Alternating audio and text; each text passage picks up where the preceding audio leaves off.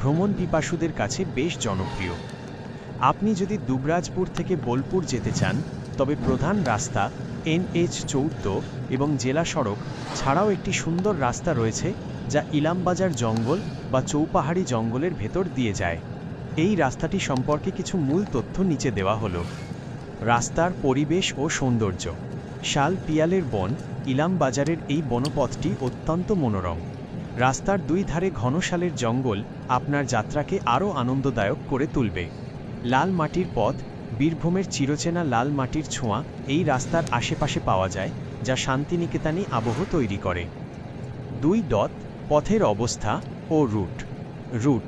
দুবরাজপুর থেকে আপনাকে প্রথমে ইলামবাজারের দিকে আসতে হবে। ইলামবাজার মোড় থেকে বোলপুরের দিকে যাওয়ার রাস্তাটি মূলত জঙ্গলের ভেতর দিয়ে গেছে। দূরত্ব: দুবরাজপুর থেকে বোলপুরের দূরত্ব প্রায় 40-45 কিলোমিটার। জঙ্গলের অংশটি ইলামবাজার থেকে বোলপুরের মাঝামাঝি পড়ে। 3. ভ্রমণের টিপস। সময়: দিনের আলোয় এই পথ দিয়ে যাওয়া সবচেয়ে ভালো। বিকেলে বা পড়ন্ত রোদে বনের ভেতর দিয়ে গাড়ি চালানো বা বাইক রাইডিং দারুণ লাগে। সতর্কতা: জঙ্গল এলাকা হওয়ায় খুব রাত করে একা যাতায়াত না করাই ভালো। এছাড়া মাঝে মধ্যে এই এলাকায় হাতি বা অন্যান্য বন্য প্রাণীর আনাগোনা থাকে, তাই সাবধানে গাড়ি চালানো উচিত।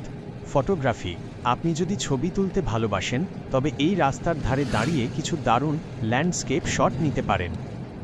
আপনি কি নিজের গাড়ি বা বাইক নিয়ে যাওয়ার পরিকল্পনা করছেন, নাকি লোকাল বাস বা পরিবহনের সময়সূচি জানতে চান? আমি সেই অনুযায়ী আরও তথ্য দিতে পারি।